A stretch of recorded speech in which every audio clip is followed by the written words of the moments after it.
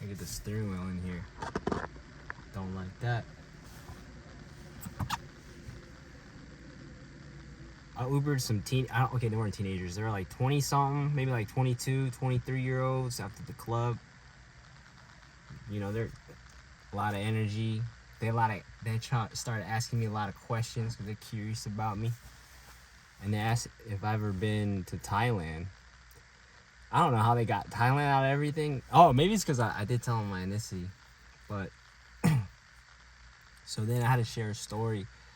This Thailand story of me getting adopted by transgenders and basically molested, basically out of my own choice.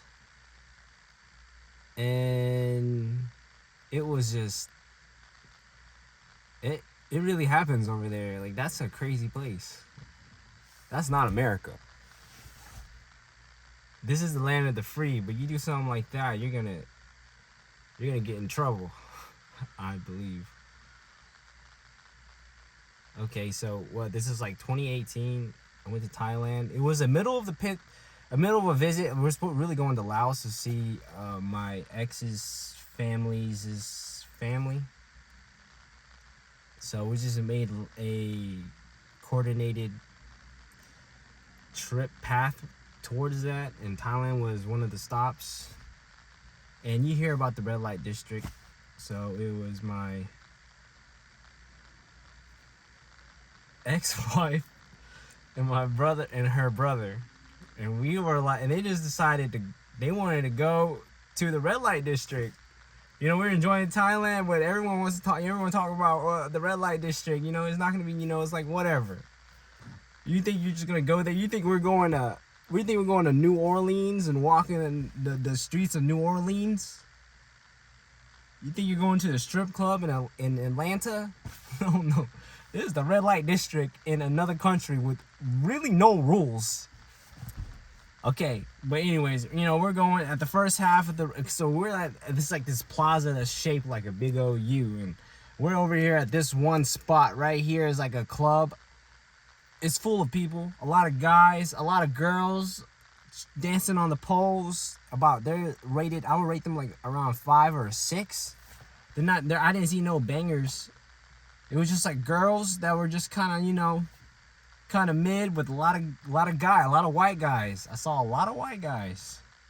They were everywhere. It was loud. You know, we had some drinks. We had a good time. Okay, I got kind of drunk. Whatever, yada yada. So everything's feeling kind of normal. So we're done. We're walking out of there, and we're gonna start walking around and work our way back to the main street, but taking a big U to get to the main street, take a tuk-tuk, go home. Well, as we were walking, my ex-wife and her brother, they tend to walk a little fast. I like to take my time. I take, but it's not because I want to. I think it's just subconsciously. I don't know, but I'm the type of guy that just really soaks in everything around me. I don't really think about the destination. I think about the journey. And so I'm walking kind of slow. They're starting to get some good distance from me. So say I'm right here. Say the U right here. I'm right here. They're about this distance away from me, and they start speeding up, you know, and I'm still, you know, and it gets to the point where they're like this far apart, a good 20, 30 yards. And some ladies were just standing around. They saw me. They're like, ooh, actually, what's crazy about this whole place, like the whole time you're getting groped walking through there. Like they'll slap you. They'll hit you with like a little stick or something, a little slap stick. Or they'll actually touch you with their hands. It's kind of crazy. It's like, what is going on? Anyways, so I caught this lady's attention. She comes up to me. She grabs my arm. She likes it. She's like, ooh, this one. And she grabs it. And all of a sudden, I'm just like, oh, hold on. I'm with these people over here. And then all of a sudden, another hand comes. And then another hand. And it's like 4 of them grabbing me. Like literally grabbing me. Like, I'm getting 4 people are just pulling me into this club. There's this lady that's like, she's like around them, hoarding, like moving them, like, you know how the dogs that herd sheep, she was like herding them into the club, and they put me into there. They shut the door, They shut the door. Bruh, I'm the only one in this bitch. And actually, but there's like another guy that's sitting across. So you say it's like this little bar room. He's sitting by himself on a whole bench, sofa thing with a table, just sitting there, just watching the whole thing, drinking something, just watching. I think he was smiling too. I don't even know. So I'm in here, and then you know what's crazy is like these two ladies, or four of them, they look like eights, nines. Like they were actually not that bad looking. And the lady in front of me starts stripping. She takes off all her clothes and she shows that she has no male parts. And I think that was a trick. It wasn't a trick. It was a diversion. It was to say, hey, because I'm a girl, chances are these four people that's holding you down are girls too. So don't you worry. Let me get you a drink. Nah, bro. I know what's up, bro. You could smell it in the air, man. You know something's not right, but they're holding me down. They're strong. And I'm kind of drunk. I'm kind of in shock. I'm like, what's happening here? And they're doing this. They're not even doing this for money. They're doing this straight out of lust. Like it was like demonic shit. Okay, I don't know. It wasn't demonic. They were just... Yeah, it was pure lust, though, for sure. Anyways, they started touching me, started talking to me, and I said, hey, no, I'm with those people out there. I got to get back to them. They're like, no, just hang out with us. I'm like, no, I have a girlfriend. And then there's the one on my left. She pulls up her shirt, made me touch her fake titties. And he goes, nah, I'm your girlfriend now. I'm like, this is crazy. And they're unbuttoning my pants, bro. And they're like spaghetti noodling my male parts. Like this. Like literally trying to get it to wake up. And I'm drunk. I'm kind of tipsy drunk. I'm very confused. So I was not getting hard at all, actually. I was just like, yo, what is happening? They're asking me questions. They're asking me where I'm from. I'm like asking them questions. I started getting into, honestly, I was like, wait a minute. Like, these people taking care of me kind of feel like it, I was just like, yeah, I don't know. It was kind of bad. I mean, I kind of got like, I didn't know where it was going to go, how it was going to go. They came out with a bunch of Heineken. And I was like, I need to go use the restroom. So then as I get up, I'm trying to get up and assess the situation. And then I walk into the restroom. Sean, the brother of the lady I was hanging out with back then, busts through the door. And he's like, oh, hey, we're getting out of here. Hey, he saves me like Saving Private Ryan. He coming in here. He's like, hey, no. No, we out of here. Nope. Hey, we're paying for the beer. Here you go. And let's see. And then the lady, and one of them was like, as we were trying to leave, she was jumping on my back. She's like, he don't want to go. Like, she talking for me. Bro, they were hot. I'm not even kidding. That whole thing messed me up. And then the girl that I was with back then, she was mad at me. She thought I did that on purpose. They thought I just walked into the club. They didn't even know. I think that night, dude, that was actually kind of rough. It was so crazy. Because you can't do that here in America. They did that to me in Thailand. I was just like, I couldn't believe. Well, I know my friends would be swinging their hands. That's what they say. I don't like hurting people, So I was kind of caught off guard. I wasn't really aggressive, but at the same time, I couldn't believe they go that far. And I was just like, kind of in shock, like a deer in the headlights. I couldn't move. Yeah, I think that night I started just trying to message one of my friends from high school who I never talked to. I just felt like I had to message him because he was online talking about it. And I actually started crying. And the reason why I talk about it like this is because that girl that asked me about the Thailand, I shared this story with them. They were laughing. It's kind of funny because it's like, it's crazy. I mean, because I was just like, I find it kind of humorous because those people were that insane. But I can see the impact. And what she said to me, she was like, are you all right? So that's what made me think about it. That's what made me want to talk about it. Because maybe I got to unpack it. Am I all right? Because that night I did cry. I guess it's because you feel it, what it feels like. If you're an feminine perspective, and you just get taken over by four guys out of your own free will. Yeah, that's kind of tough. That kind of can stick with you. So I get it from that point. But I can see if you're into that stuff, I can see why that would be exciting too. Cause man, they did not give a fuck. Like for real. Unreal. And there's no crime over there. No one really messes them up either, from what I can tell. It seems to be universally accepted. Maybe because they look better than the real girls. But still, that was so intense. I'm just like, dude, that happened to me.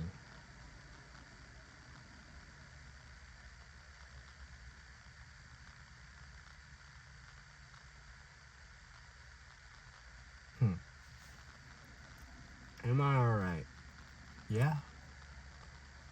Maybe telling that story is how I cope with it. I try to say it in a funny tone. It was so silly, bro. Oh my god. Because it sounds so unreal. It's like, wow. I'm like a survivor of that. And I'm living in America. That's never going to happen here. Some people will be like, yo, I wish, they wish they don't have to live here. But we kind of asked for it because we went to the red light district. I think there was people warned us about the red light district. Like, it's known to be kind of wild, wild west, the wild, wild east. And yeah, but freak, dude. I guess because if I was like an ugly, ugly guy, I don't think that would have happened to me. But also, it's like, maybe I should supposed to go through something like that. Kind of learn about yourself. Because then I started having like a weird thing. Like a curiosity towards the transgenders. Like, I think it is a mental illness, no? Like, there's nothing wrong with them per se. But it's a mental, where you're born a guy, but you want to be a girl, or you think you're a girl. But to think you're something is an attachment to an ego. Really, what you are is, you're everything. You're all that is. You're not a male or a female, but we're not non-binary either. Biologically speaking, we are what we are. But deep down, you're just whatever you're aligned to. So I guess some people just have more feminine affinities but it's like an egotistic version of femininity. Because what they think a female is a woman that dresses up with very little clothes, tight clothes, revealing clothes, makeup, having it's like a fake glow, almost, just to sexually attract men. That's not real feminine. Femininity is more of a nurturing type of energy. Nurturing, and it always waits for you. It's a waiting for you type of energy, and if you come into its field, the femininity will still show love regardless of who you are. That's what I believe that is. It attracts and nurtures, whereas the masculine is protects, and it goes after things, determined type of energy. But instead of love, it's respect. I'm not sure. I think I align more with a feminine type of energy. I want to make a pretty hot lady boy. But that's not me. I'm also very, I think I'm balanced between male and female in my body. Like, I can understand feminine energy, and I have a lot of masculine energy that drives me to do things. But I have a lot of feminine energy to where I like to show love. I show love and respect and a lot of patience. A lot of patience towards people. Because I feel like I understand where they're coming from. But I think transgenders are a mental illness. A lot of them are going to be mad at me. But dude, during my 2-year Haitians, I actually try to talk to some. Just to see, just because I'm curious. They have attitudes. They're crazy. They get mad very easily. But then again, they're dealing with a lot of things. Because you're not going to attract the kind of guys that you want to attract by acting like that. I don't get it, actually. Because a real masculine energy is going to want to be with a woman and become a family man, you know? Like, that's a real man. It's the family man. The one that protects his family. Yeah, has a reason to protect something. Whereas these transgenders, they're just trying to find someone to accept them, which they can find. It's out there. It's out there, but at the same time, I feel like it's never gonna be right. I wouldn't say right. It's just never gonna feel like a storybook, you know, like a storybook love. Like, it's not something you can write about because it's not the highest level of love. Unfortunately, I mean, it's crazy I'm saying that. I know they're gonna get so mad, but I'm trying to be so real. Like, real strong bond love. It's gonna be male and a female energies that are walking side by side towards one goal, whatever that goal is, and then they're gonna have a family at the same time and carry that family with them towards that.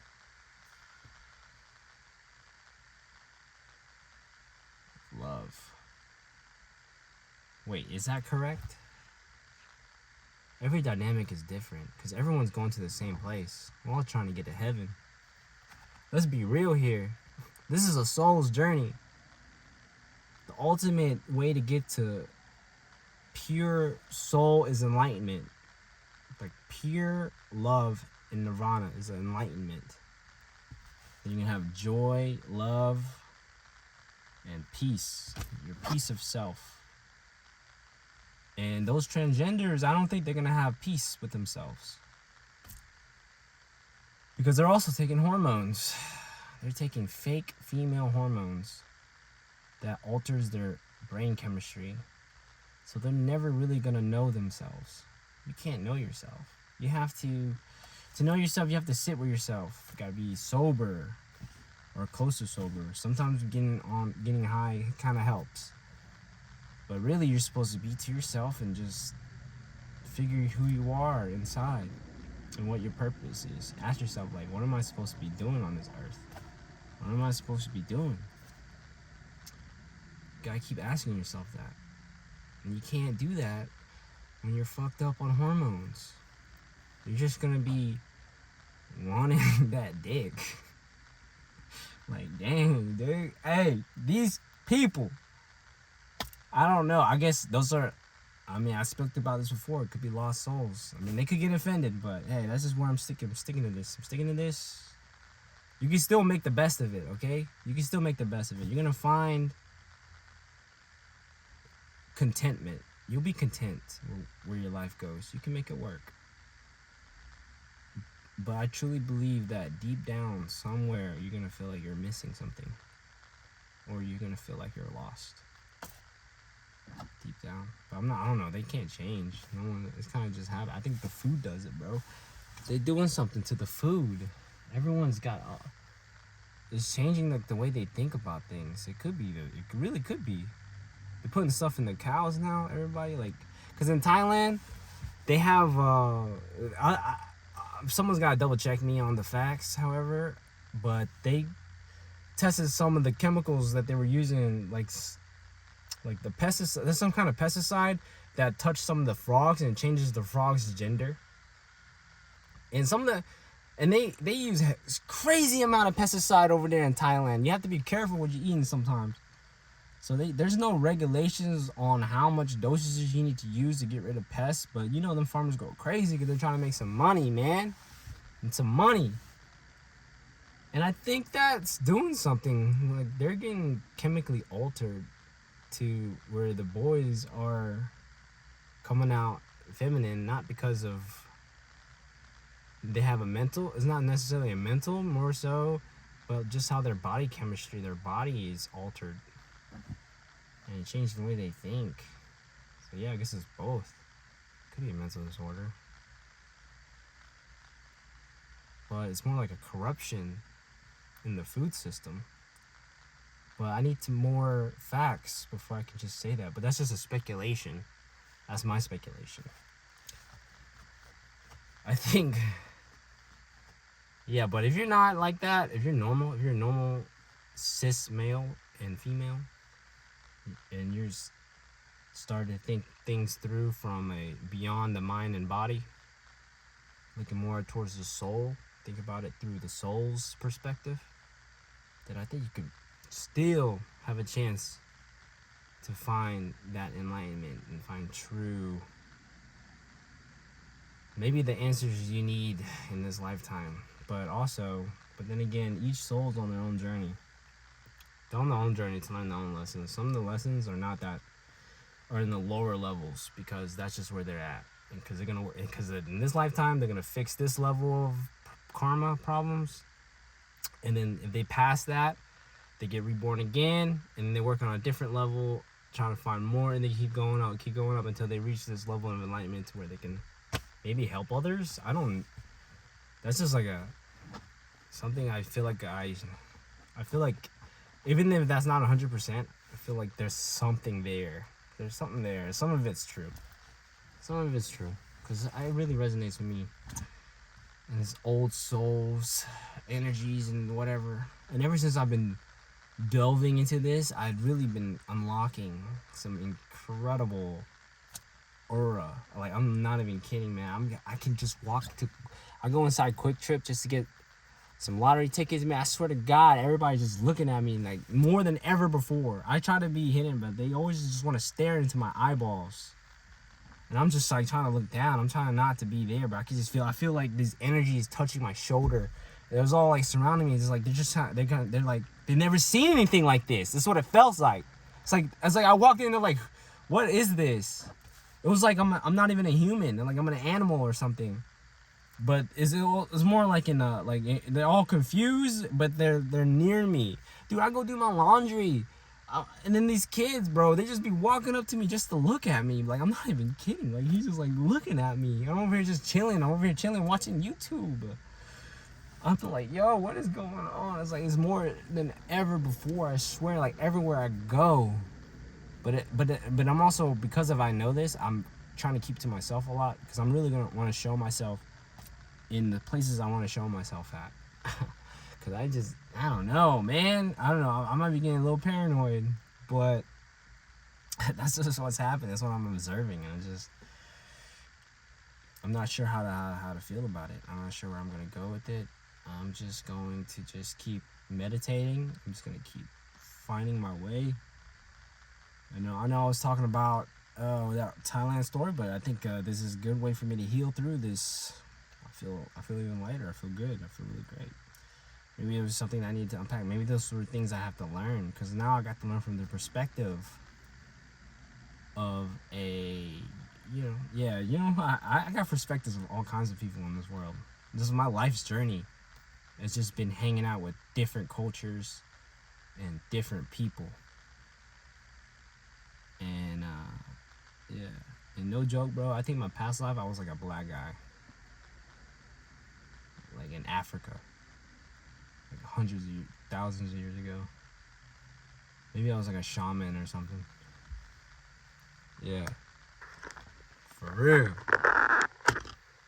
Get that. Yo, like the avatar. Yo, my ancestors come out of me right now.